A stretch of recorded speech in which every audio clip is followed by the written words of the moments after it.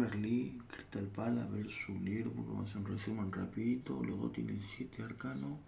Tiene la muerte, como se ve acá. El Crystal Palace viene de ganar, debería perder, o si no un cambio en el medio partido.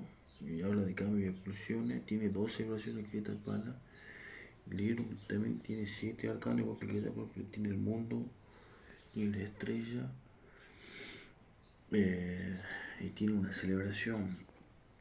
Este partido está para 70 empate, si hay un ganador Liverpool, pero están los dos con 7 arcanos. La muerte creo que lo condiciona al Crystal Palace porque viene de ganar, aunque sea una carta ambigua, porque puede volver a ganar tranquilamente por una carta ambigua, pero lo lógico es que si venía de ganar, pierde, viceversa, se no cambia en el mismo partido, pero empieza ganando, termina perdiendo, habla de expulsión, también de cambio. 70 empate, 30 Liverpool. Saludos.